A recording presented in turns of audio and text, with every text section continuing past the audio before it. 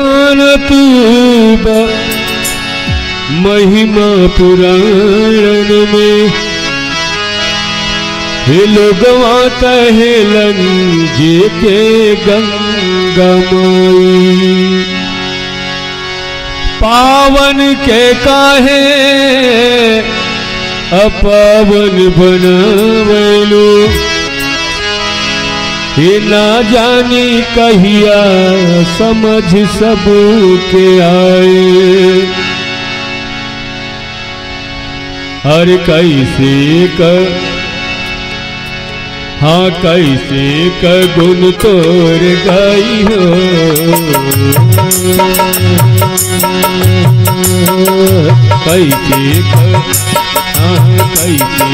का गुण तोर गाई हो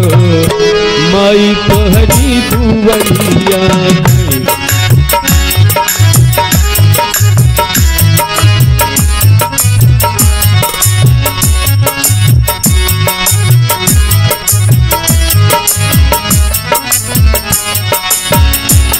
कैसे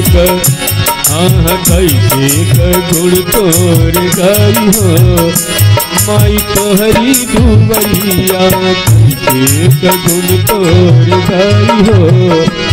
माई तोहरी दुवरिया माई तोहरी दुवरिया माई तोहरी दुवरिया कैसे गुण तोर गाई हो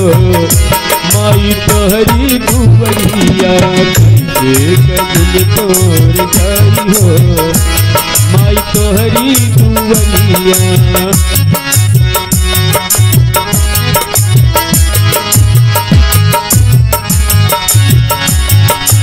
कैलनी भागीरथ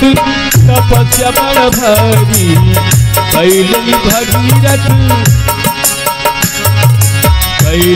भागीरथ तपस्या बड़ा भारी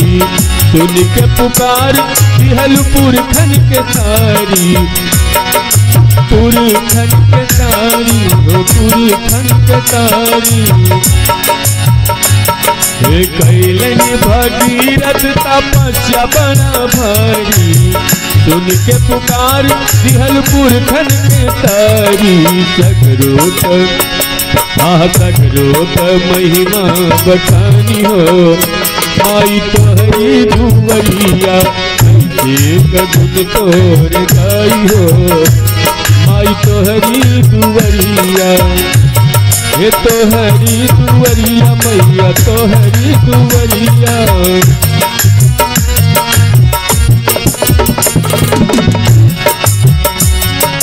कैसे गुण तोर गाई हो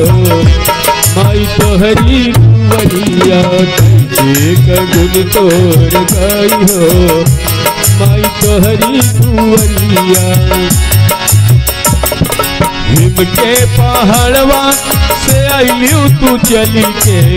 हिम के